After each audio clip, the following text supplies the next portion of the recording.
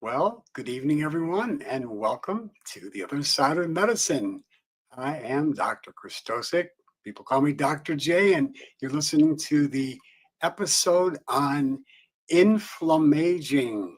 We're talking about a concept that not a lot of people have heard about before, but we're going to tackle this powerful driver of inflammation and chronic disease.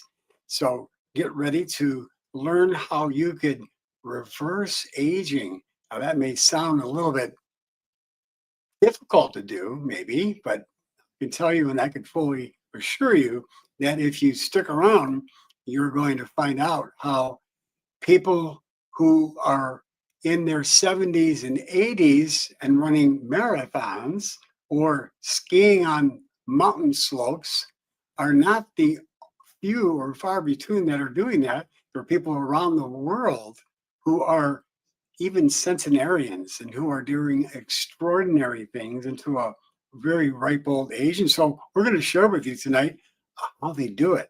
So tighten your seatbelts and get ready because we're going to give you information that's going to go beyond genetics. People think genetics, your DNA controls your destiny. Well, that's not the case. We know that from science, 10% of your destiny is dependent upon your DNA, your genetics. 90% is dependent upon your lifestyle.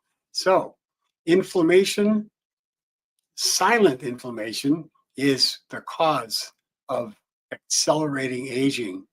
So, we're going to be talking about the silent fire that accelerates aging and how you can extinguish it and actually monitor it even with blood tests. So, if you want to find out what aches and pains that you have and where they're coming from, and maybe you've got brain fog, and maybe you've got muscle loss, and you think muscle loss is part of aging. Well, it doesn't have to be that way. Fatigue and getting older, quote, getting older, it's not something that you have to accept hook, line, and sinker.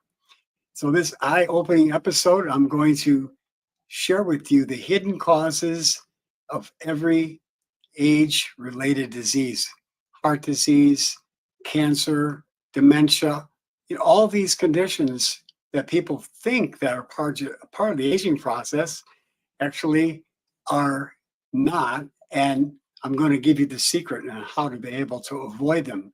So don't just sit back and accept those things.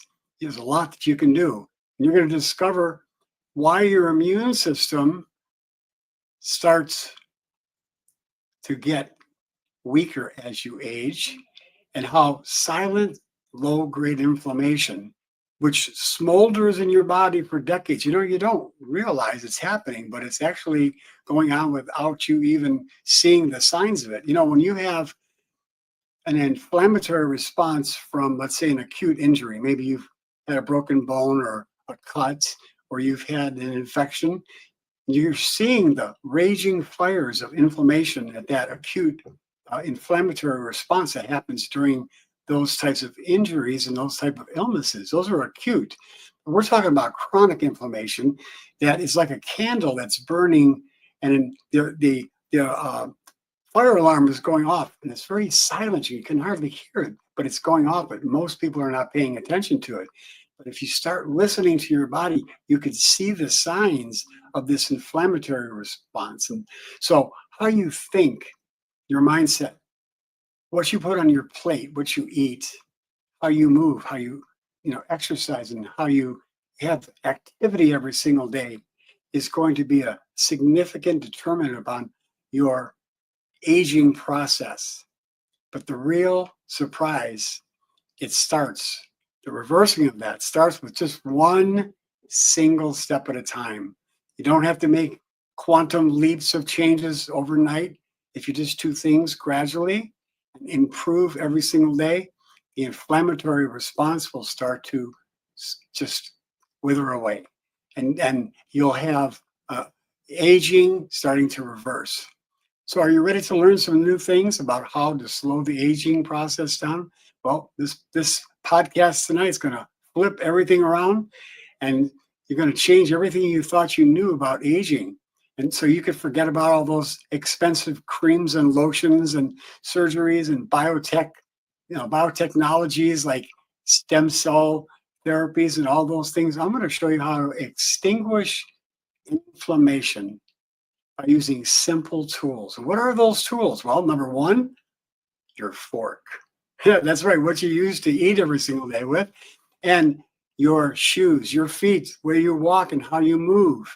And then even the friendships, the relationships that you have, with family and friends determines to a significant degree of how your body ages and then how that inflammatory response is going to occur inside your body. This is based on powerful science, strategies that are backed up by evidence. This is what the other side of medicine is all about. Everything we talk about here on this podcast, everything I've done in my practice since 1986 has all been based on evidence, science-backed natural medicine. That's what we're talking about. There was a study back in 2023 in the journal called Nature Aging, and they found that levels of chronic inflammation that were determined by markers in the blood, which we're going to talk about tonight, that markers for inflammation were a better predictor of the aging of your body, better predictor than your actual birthday. We're going to talk about that. And your body doesn't care how many birthdays you've had. It cares about how inflamed you are. Has anybody ever told you that before? Well, you're going to find out how that inflammatory response inside the body is the major determinant in seeing how you age. So what's lighting the match inside the body to cause that inflammation? Well, as I said earlier, it depends upon how you use that fork, the food on your plate, the stress that you actually are harboring inside your mind and inside your gut, the bacteria living inside your gut. So hold on to your chair because there's some good news. We're going to talk about how you can actually reverse all these things. I'm going to be walking you through daily habits to help you to be able to reverse the aging process. The hallmarks of aging are not something that you have to accept hook, line, and sinker. We're going to show you how you can reverse things like inflammatory bowel disease, autoimmune diseases, heart disease, and so many of the things that people think that they have to live with, the bloating, the gas, the constipation, the irritable bowel, the brain fog, the chronic fatigue, whether it's symptoms or whether it's chronic disease, you don't have to rely on pills. You don't have to wait till you end up having to have surgery or to go to your grave before your time. I really want you to know that you have a great deal of influence on how you age. And you can reverse the aging process. You can turn back that clock without ever touching a prescription drug. So buckle up. In the next 60 minutes. We're going to be turning back the clock. We're going to be helping you to be able to have a future that's bright, that's filled with dynamic energy and promise for being able to live day to day without pains and worries for getting, things like dementia and Alzheimer's and all these other chronological disorders that happen in the average person. They think chronologically they're going to have to, as they age, end up with these diseases. Well, you don't have to. We're going to show you how you can make all the difference by the choices that you make. So what is actually inflammation? And what is actually inflammaging? Well, the low-level inflammation, that's as we come at that's what happens as we age. It's a slow process. And so it simmers in your body. As I said earlier, it's like a candle, slow candle. What are some of the symptoms? What does it look like in real life? Well, people have fatigue. They have slower recovery after injury or after a condition like a flu. It takes longer for them to to recover. That's part of the inflammaging symptoms, dementia, increased risk for heart disease, even things like cancer. Those are all things that people think that are inevitable part of the aging process. Osteoporosis is another one. Muscle weakening and shrinking of muscles. They think that that's part of the aging process. Well, there's plenty of good evidence to prove it, that those things don't have to happen. So you can make a difference. Are you willing to make the changes, though? That's going to be the keynote question to ask yourself. So what are some of the major culprits that cause these signs of inflammation and inflammaging? Well, first of all, a sedentary lifestyle. Sitting in a chair all day long at a desk or at your home watching TV, that's not what is going to help to reduce inflammation. That's going to actually compound the inflammatory process, because muscles that move release anti-inflammatory compounds called myokines. Now, you might have heard of cytokines. These are inflammatory compounds, but there are some cytokines that are actually anti-inflammatory, and they're called myokines. And these myokines are released when you move, when you exercise. So when you don't move, when you don't exercise, the inflammatory cytokines are released, and you can actually measure those on blood tests. And we're going to be getting into that in some of the discussion tonight as well. Not real deep, but we're going to talk about how doctors look at these inflammatory compounds on routine blood tests. There was actually a study in the Nature, I think I kind of mentioned it a little bit earlier, but the chronic inflammation of over 6,000 people was tested, and they looked at their blood samples, and they predicted through the blood test of how they were able to show you age quicker by not getting exercise. How you age, and you can measure your age not by your birthdays that you have, but how young you are in how you move and how you think and how your body is functioning. Performance. That's the key element. So 6,000 people they tested, and they found that the people who were active and getting good exercise on a routine basis, not just occasionally, but routinely, and eating healthy foods and had good, healthy mindset, good family relationships, their biological age was much lower than their chronological age. So these markers, as I said, you can look at them in the blood. They're things like C-reactive protein. We call that CRP, or IL-6. That's a protein molecule, or TNF.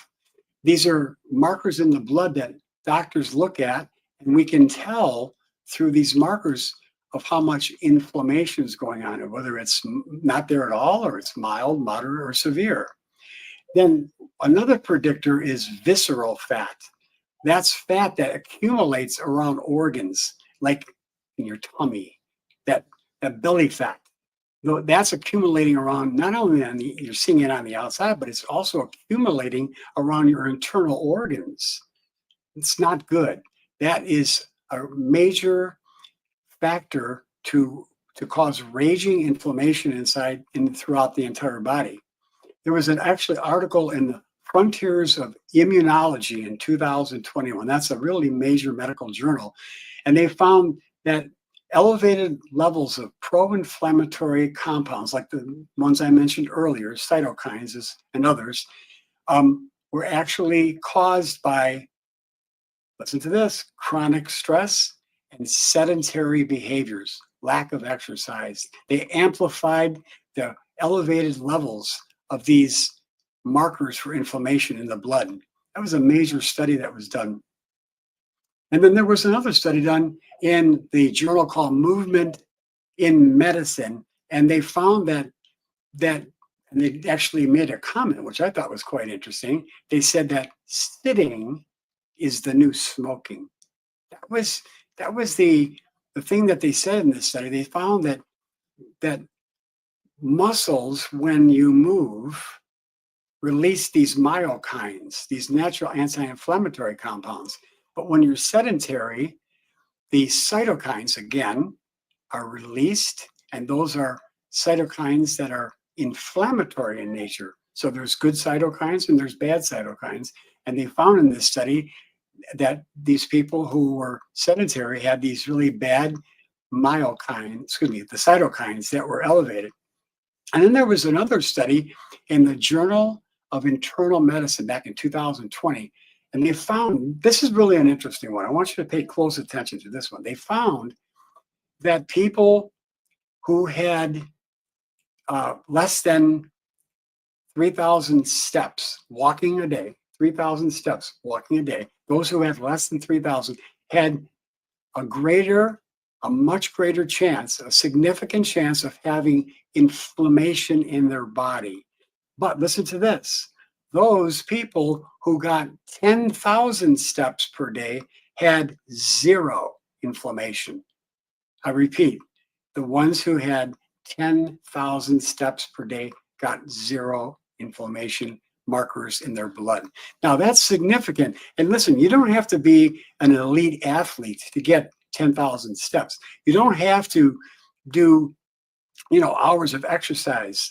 You can accomplish these things and be able to get the benefits of exercise by making some changes in your daily activities and maybe moving during the course of the day and going to a gym for a half hour, or going outside and walking, or riding a bicycle, or walking up and down stairs. You can get the benefits by just being active. And that's what we want you to understand.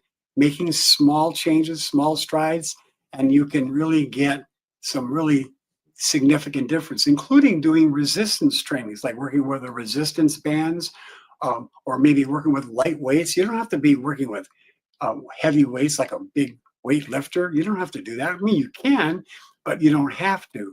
Just again, get some resistance training, get some walking in, and it all starts with movement. Without movement, there is no life. So we need to exercise. And the good news, as I said earlier, you don't have to spend hours at a day doing that to help to reduce inflammation inside the body. Once again, these studies are significant, showing that it's not just the amount of steps that you take, but it's about the consistency. It's about getting some resistance training to help to challenge those muscles. And when you do these things, you also stimulate your immune system, and you make your immune system stronger.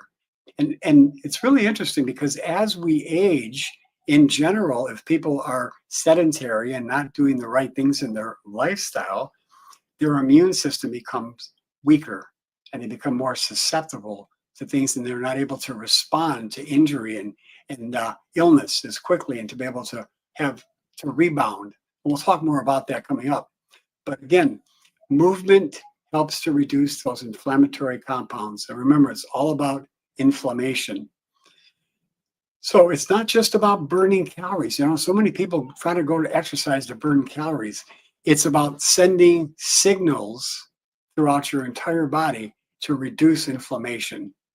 So movement is medicine. I want to repeat that. Movement is medicine. You've heard me many times talking about how food is medicine. Well, movement is also medicine. It's natural medicine. It's the best medicine.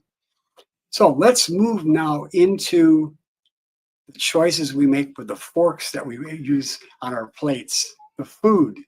Now, when you look at the average American's diet, it's really sad.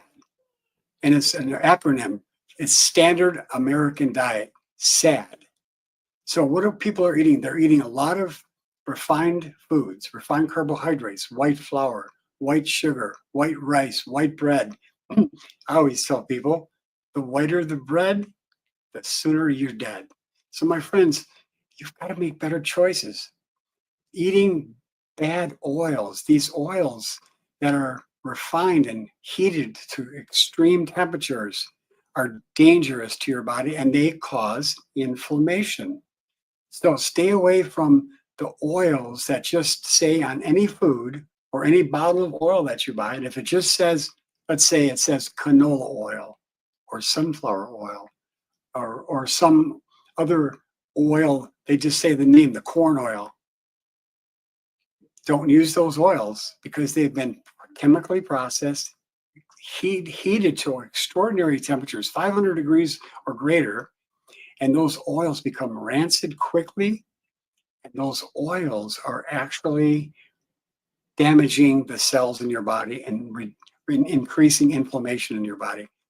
If you're going to use any of the seed oils, make sure that they're expeller pressed. It's got to say on the bottle expeller pressed or cold pressed, or just use extra virgin olive oil or raw coconut oil.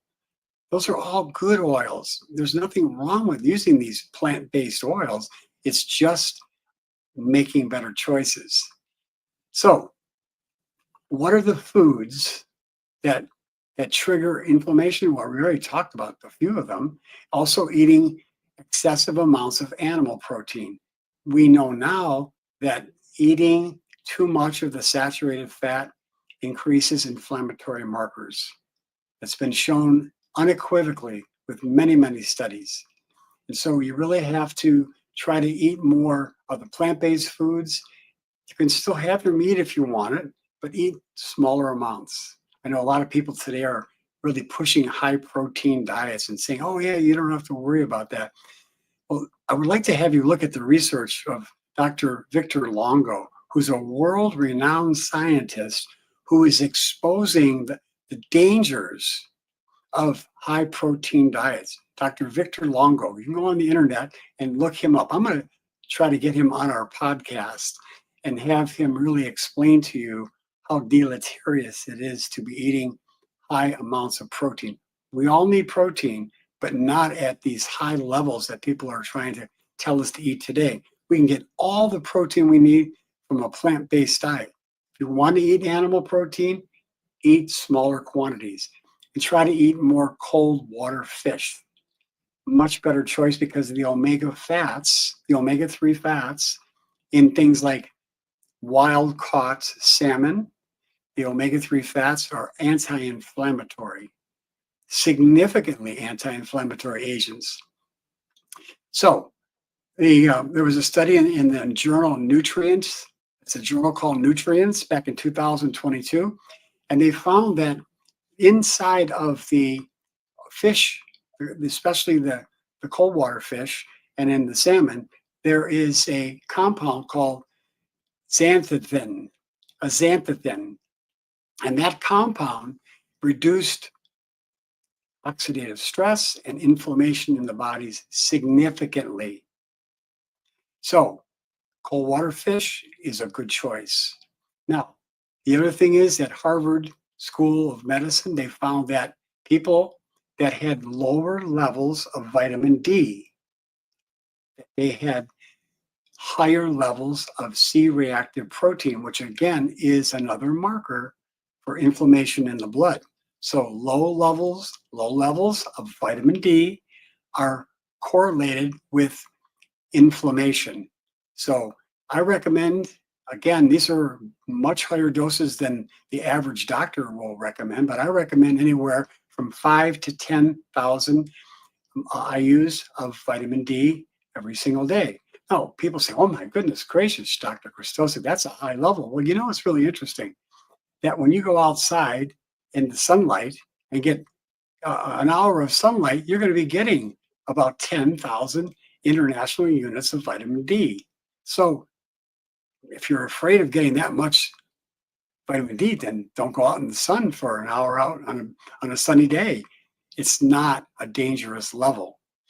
You know, they have actually found, and there are researchers that have demonstrated that people who were taking that level, 10,000 IUs of vitamin D during the COVID epidemic, that they didn't get COVID, or they recovered from it much quicker.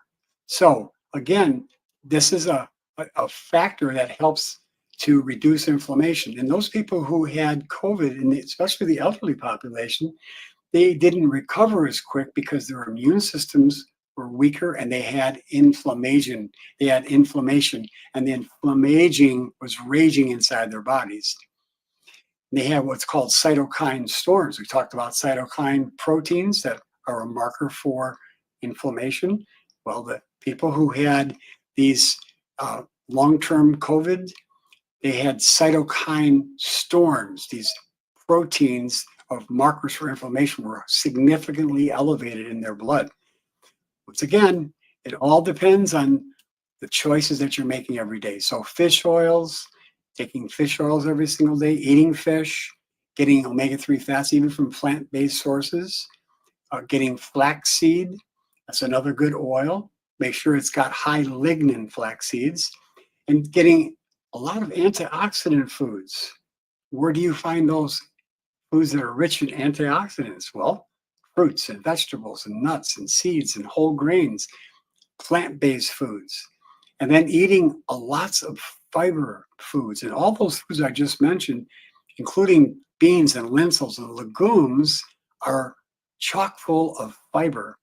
And that fiber is something we cannot digest. But there is a guest of ours in our bodies called the microbiome. That's the microorganisms like bacteria that love fiber. And so when we feed them fiber, they eat it, and then they take that fiber and they make what's called short chain fatty acids. And those short chain fatty acids have significant effect on lowering inflammation. Things like butyrate, it's one of the short chain fatty acids, a significant short chain fatty acid that the bacteria makes that has extraordinary healing properties. So getting these high fiber foods will make these beneficial bacteria jump for joy. They'll make the butyrate for us and help to reduce inflammation, heal our guts, and make our immune system stronger. And again, don't be afraid of carbs. I wrote a book called Carbs from Heaven and Carbs from Hell. And in that book, I shared with people how the bad carbs, the refined carbs, trigger inflammation and chronic disease, but the good carbs foster really long life and good health along the way. And the people in the blue zones demonstrate that. We'll talk about the people in blue zones coming up shortly.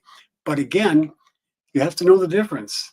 And by the way, you can get a free copy of my book, Carbs from Heaven and Carbs from Hell, which is a $17 value if you go on Amazon. You pay $17 for it. But tonight I'm giving it away to you for free by just becoming part of our community of people who are health conscious in the Gut 911 RX community.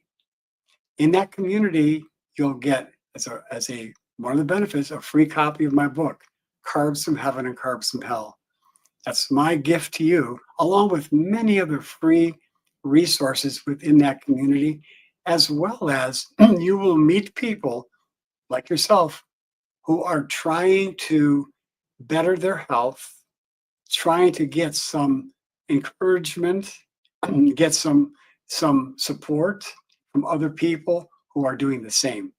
And that's what we have in our community. We just started it and we're growing, and we're having you get into this community as a free bonus. Eventually, I'm going to start charging for it, but the early introduction phase, I'm giving it to people for free. So join us in the Gut 911 prescription community. Follow me on social media.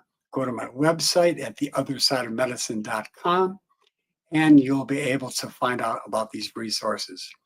And by the way, if you find value in this podcast, I would encourage you, and I would invite you, and I would ask you to support us, because we're trying to support you. Tell your friends about this podcast. Tell your friends about the Gut 911 prescription community so that we can spread this good news and help other people, and it will help us to grow our community as well.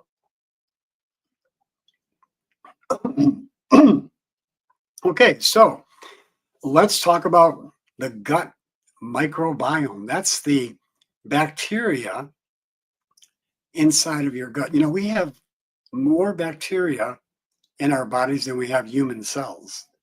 We have more bacteria than we have human cells, 10 times more, as a matter of fact. And these bacteria, as I mentioned, they make compounds. Butyrate is only one of them. Acetate's another one. Propionate's another one. These are powerful compounds that are made by these microorganisms inside of our gut that help to heal our bodies.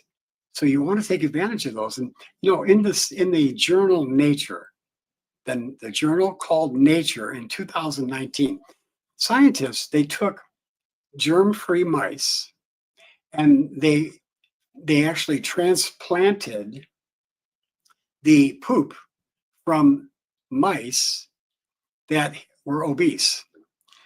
They transplanted the poop from these obese mice into the intestines of the germ-free mice. And what they found was that the germ-free mice actually, even though that they were eating sometimes less than they did previously or the same amount, they gained weight. They actually, in this study, had fed a group of these mice less food than they ate previously. They were thin before they had this poop transplanted in them. And after they transplanted the poop from the gut of the obese mice, which had bad bacteria living inside of them, the germ-free mice became obese. So this is an interesting study. And if we segue over to that and look at people around the world in what we call the blue zones, these people, and scientists have studied them, have significantly better health and they live much longer and they live many times over 100 years of age. They have like their number of centenarians, people who live over 100 years of age, 5 times greater than in the normal populations around other cultures around the world. 5 times the level of centenarians. And these people, they've studied their guts and they've looked at their poop and they had the gut microbiome of 20-year-olds. I want to say that again. The poop of the people in the blue zones, when scientists study them, they find that they have the microbiomes, the type of bacteria that's living normally in 20-year-olds. 20-year-olds who are vibrantly healthy and they're not overweight. And these people in the blue zones, that's what their microbiomes look like, 20 and 30-year-old microbiomes.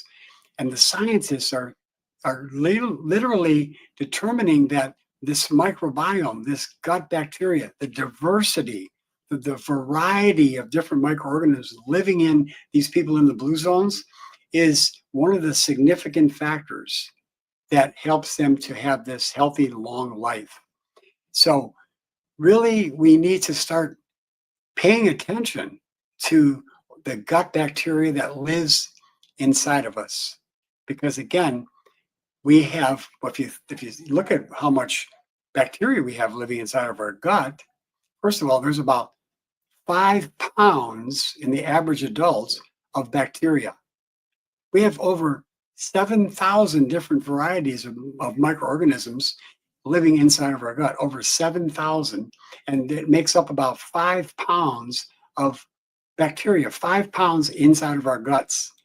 And those bacteria, hopefully, we're going to have much greater levels of good bacteria, like the people in the blue zones. It should be about 80% good and only about 20% bad. It's kind of like a neighborhood that has got some good people, should be more good people than people who are maybe not so good. And same thing in your gut. You want to have more good than bad, because if you keep it in that way, in that balance, it'll keep the harmfuls at bay, the harmful bacteria. So the people in the blue zones are really something that scientists have been watching now for the last 15, 20 years, and they found that it's not only the food that they're eating, but it's also the fact that they're living around and out within and around nature. They're out working in the garden, they're working in the fields, they're climbing hills, they're walking in rivers and lakes, and they're being exposed to the microorganisms in their environment. And unfortunately, what do we do in our culture?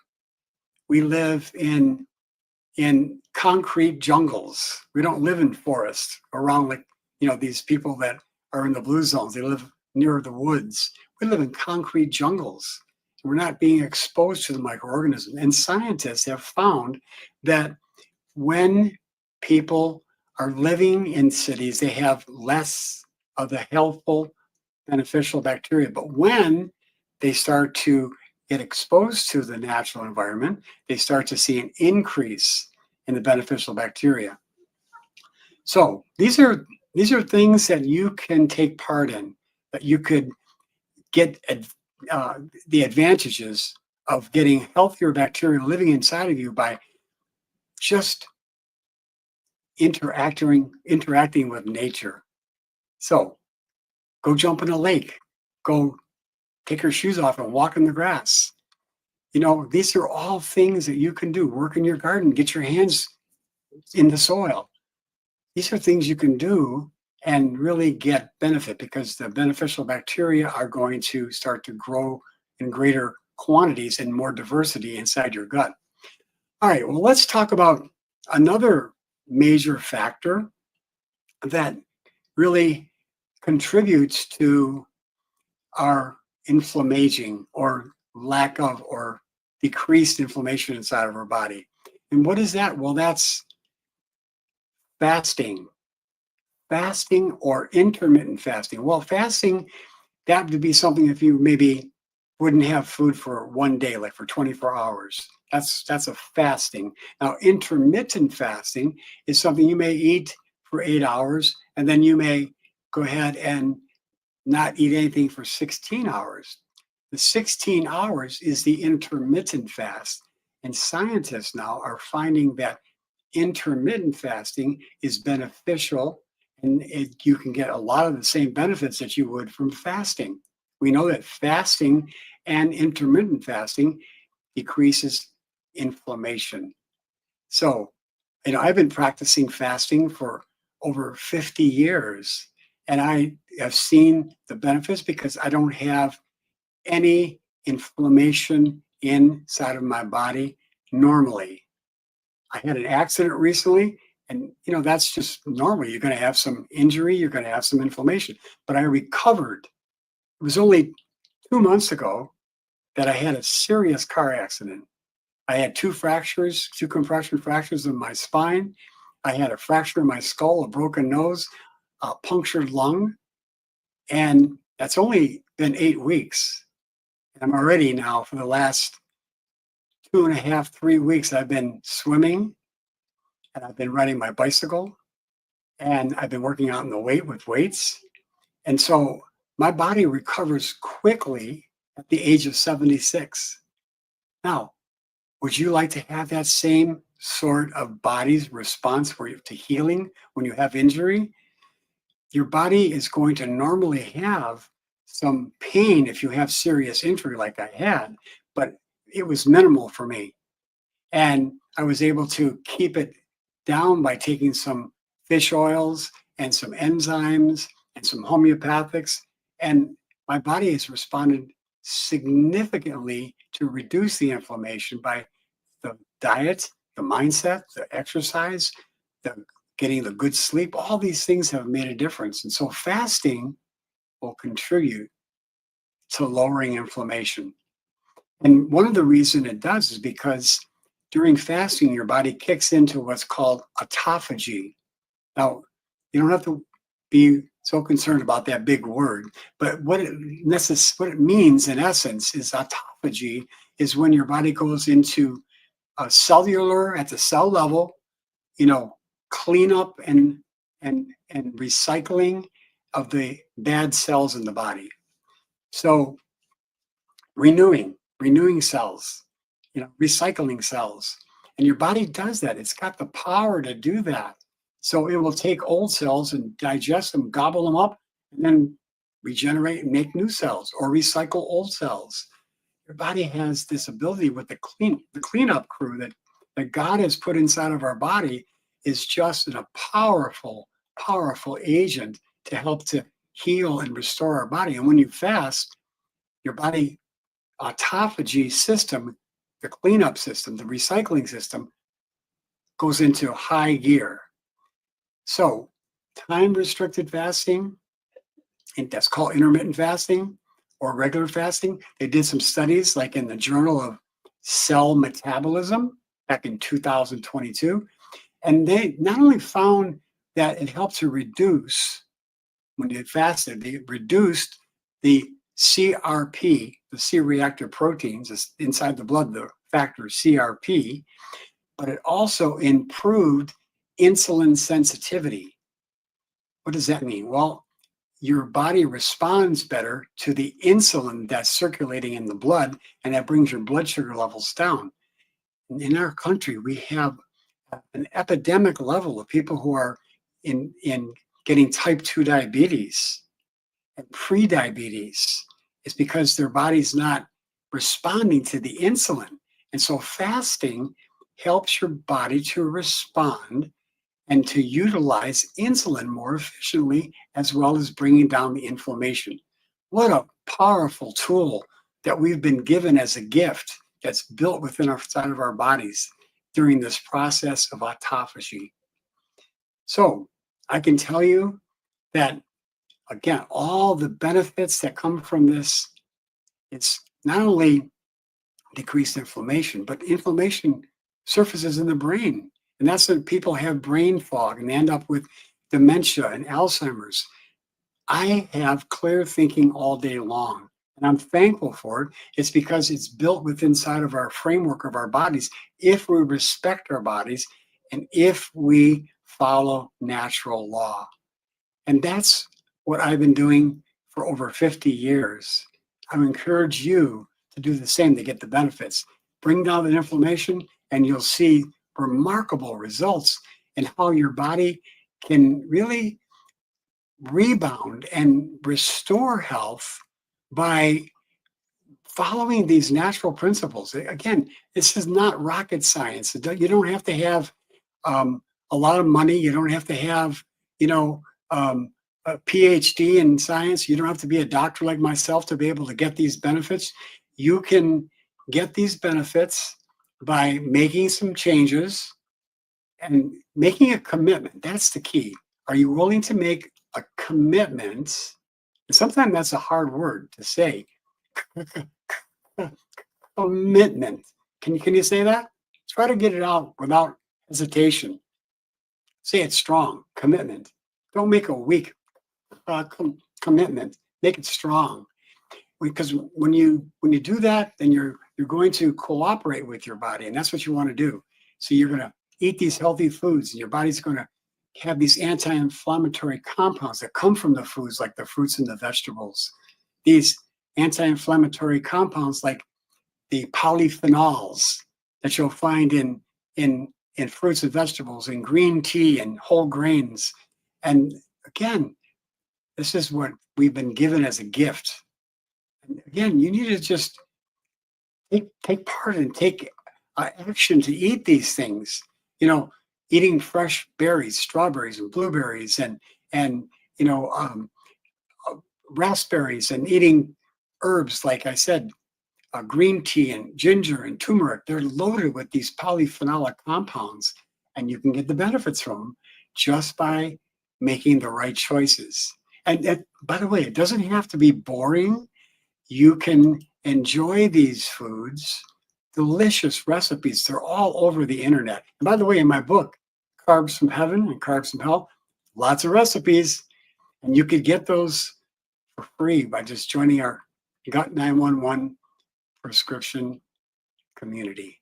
So take advantage of that. Now, I want to miss out on talking about stress, because stress is a major cause of inflammation inside the body. Our body, when we're under stress and under duress, it releases a hormone called cortisol, and cortisol increases inflammation. It can be measured again in the blood. And that compound, cortisol, is such a powerful inflammatory agent that people are really just running to take medications to try to cover up the symptoms of inflammation. And if they would reduce the stress and manage the stress, then you could reduce the inflammatory compounds that the stress manufactures. Cortisol is raised when you have chronic stress, and it degrades tissues inside the body. It weakens the immune system, and it fuels inflammation, and it accelerates the aging process. And that's what we're talking about tonight, the inflammaging. And when you get poor sleep, that's another factor that tags right along with it. You put stress on your body. If you're not getting 7 to 9 hours of sleep every night, and it's not restful, peaceful, easeful sleep, uninterrupted, then you're going to have weakened immune system. You're not going to have the cell repair that can take place if you're getting that restful sleep. So really work on trying to get better sleep. And there's so many things you can do to help to reduce stress.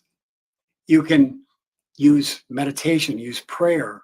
I love to use prayer and listening to worship music as something that I just get carried away in, and just really let my mind be drifted away and think about just things from otherworldly, heavenly things.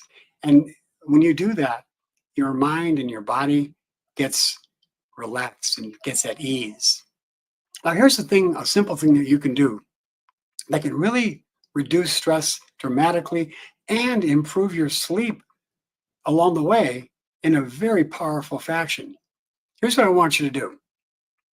I want you to start 1 hour before you go to bed every night, 1 hour before you go to bed.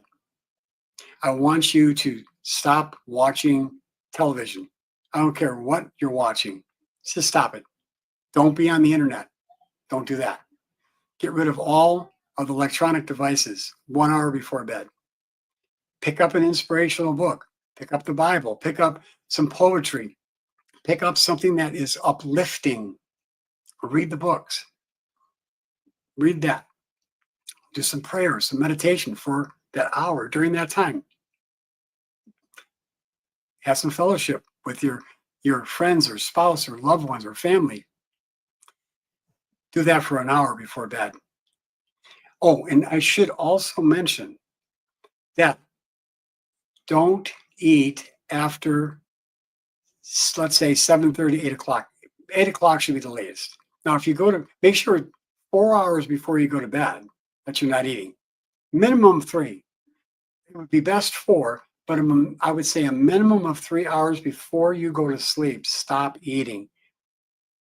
If you can do those two things, stop eating 3 hours before you go to bed, and then 1 hour before you go to bed, no electronic devices, read inspirational books, take time to pray and meditate, fellowship with family, friends, loved ones.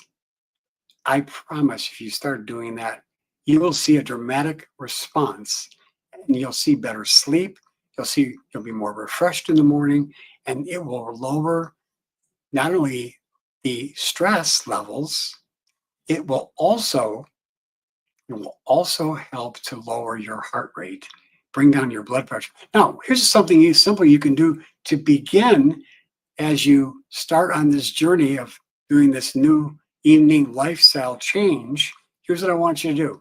I want you to take a resting pulse on your carotid arteries, or you can do it on your radial artery, your arm here, but you can do it here on your by your neck. Put your two fingers there, find your pulse there, and just get a reading for, let's say, about 15 seconds, and then get that reading for 15 seconds, and then go ahead and multiply it by 4.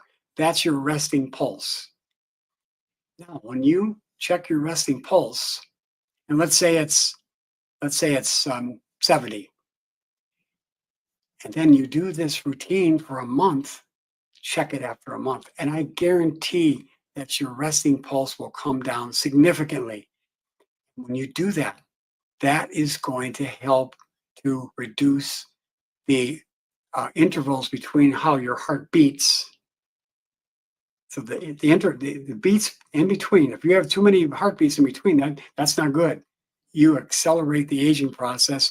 You can cause problems like arrhythmias, and you can cause strokes and heart attacks by having that too close of heartbeats. And that rapid heartbeat can cause damage in the long run. So you want to, and by the way, it correlates with your resting pulse. So you bring down your resting pulse, you'll bring down the heart amount of intervals between the heartbeats as well. Do that for a month, and I guarantee you'll see dramatic change, and you'll just benefit from that. So it's really wonderful how your body responds quickly when you start making these changes. And I should back up a little bit. When I talked about exercise, they found that people who had significant elevated levels of C-reactive protein and interleukin 6, that the people who had elevated levels of the interleukin 6 and the C-reactive protein, and the high sedimentation rate, they found that the ones who had the highest levels, when they began to exercise, and they did it on a consistent basis, they were the ones that responded to bring down the inflammation in the markers in the blood the quickest. How is that? That's pretty cool. The ones that had the highest level of these inflammation markers in the blood came down the quickest when they started exercising. That should be encouraging to you, and I hope it really does. So once again, we want to shift these hormones. We want to shift these inflammatory compounds, and we do that by intermittent fasting. We do it by better sleep. And they found that, again, cortisol levels come down, inflammation comes down. When you have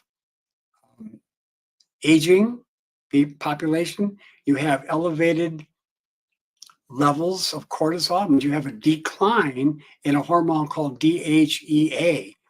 And that's what we call cortisol dominance. And when you have that, you also have a lot of danger and damage to the body, and you have weakened immune system, and you're more susceptible to illness, and your muscles get weaker, you have poor performance, and you have greater chances for disability. So you want to get rid of all those things. You want to start using these tools that I'm talking about with you tonight, so you can see the benefits, and you could talk to your doctor about doing some blood tests before you start some of these changes, and ask them to look for markers of inflammation when you start the program.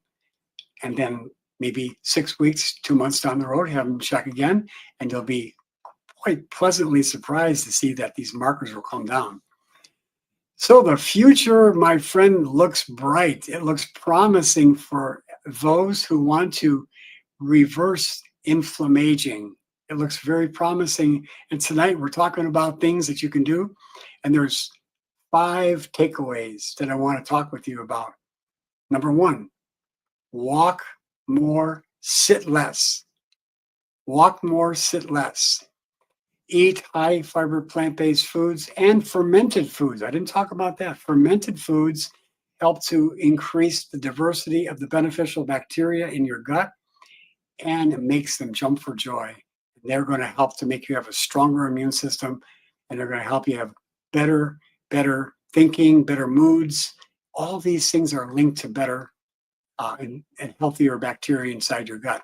Eat colorful foods. Eat a rainbow. Plenty of foods that are coming from whole plant-based foods, fresh fruits, vegetables, whole grains, nuts, seeds, grains, legumes, beans, all those foods. Lower your stress levels. Get better quality sleep. Prioritize your sleep and do that sleep routine that I shared with you. 3 hours before bed minimum, stop eating. Try to eat a lighter meal in the evening. Try to eat a heavier meal in the beginning of the day. There's an old adage, eat breakfast like a king, lunch like a queen, and dinner like a pauper. That's been around for a long time, and there's a lot of truth to it, and science is proving it. So grandma was right. She had a lot of truth, and it's now being backed up by science. So you can't buy your way out of aging. You can walk your way out. Yeah, get more steps. You can laugh your way out. Laughter is good medicine. You can eat your way out. You can love your way out. And you can become younger just by making all those good choices. So I encourage you, subscribe to my channel, theothersideofmedicine.com. Get onto our social media, and I 2 posts a day. I have a tip of the day I send out every single day. So get into our Gut 911 prescription community. Take advantage of all the free things that are there and learn the blueprint for anti-aging. We share that with you. And every time that we give you information, it's all backed up by science. So make the right choices, take a proactive role in your healthcare. And if you are just going to rely on medicines, not going to get you to a ripe old age, and it's not going to help you reverse the aging process, because the average doctor pays little attention to lifestyle medicine. That's what we talk about here, lifestyle medicine. They're too quick to treat you with, medications for chronic symptoms. And so your problems lingers on, they're going to go ahead and want to do a surgery. So it behooves you to make better choices, take a proactive role. Work with a functional medicine doctor. I'd be delighted to be your doctor. I just do telemedicine. I don't have a physical office anymore, but I can help you. And as I help people all around the world through telephone conversations, internet, Zoom calls, and a lot of other ways that we can communicate. I've been doing this since 1986 and helping people to prevent disease and help to cure it with natural medicine. I always tell people, education before medication. That's what this podcast is all about. That's what I'm all about. And by the way, if you would like to see and hear and find people who have had extraordinary results, testimonies of people that have been on medications for their whole life, people who were scheduled to have parts of their colon removed, to have gallbladders removed, spleens removed, livers transplanted. They canceled their surgeries. And their testimonies are on my website. Just go to my website, theothersideofmedicine.com, click on testimonies, and you'll see extraordinary testimonies, both video and audio testimonies. So my friends, it's been my pleasure to share with you the secrets to become younger and to help to fight inflammation. And inflammaging is not something you have to accept as part of the aging process. It's a choice. So until next week, tell your family and friends about the other side of medicine. Until we meet again, I encourage you. Oh, and by the way, next week, we're going to have a special guest on this podcast. And it's a doctor who's going to be talking about how exercise dramatically influences the bacteria in your gut to help to improve the gut, beneficial bacteria in the gut, and make your immune system stronger, your muscles stronger, get better performance, better thinking, just by getting exercise to help to improve the bacteria living inside of your gut. So once again, until next time, here's to your health.